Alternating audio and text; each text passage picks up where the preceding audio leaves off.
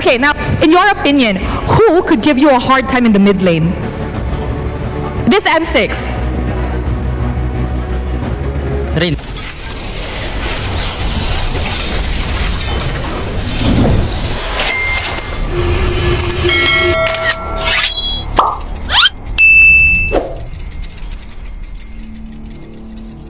Rins? Why do you think Rins is gonna give you a hard time? Bakit?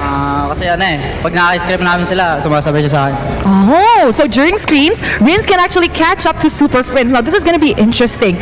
Now, Brusco, we all know that this is also your first time in the M series, right? Are you nervous playing actually?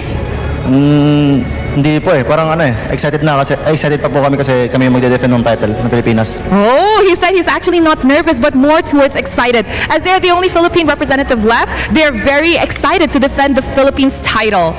And you, Super Friends, are you nervous? No. No. What's your personal goal this M6 aside from winning champion? Finals MVP? Do you want to show the world you're the best mid laner? To be the best team. To be the best team. What about you? Personal goal. Parang tingnan kami na sobrang lakas na team na mas malakas pa dun sa mga prime na mga All teams. all teams. He said his personal goal is to be the team that everybody looks up to, stronger than the previous champion.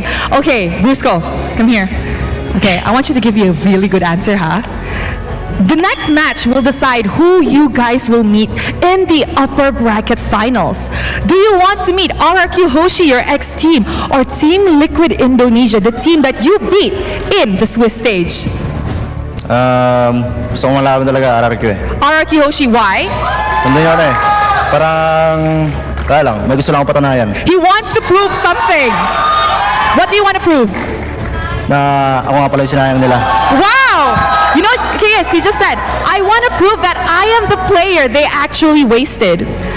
Do you have any message to them before, if you would meet them in the upper bracket finals? Good luck lang kasi rin kami, parang brothers yung FNAP tsaka RRQ good luck bukas, sana manalo kayo. He said, good luck. We hope you win.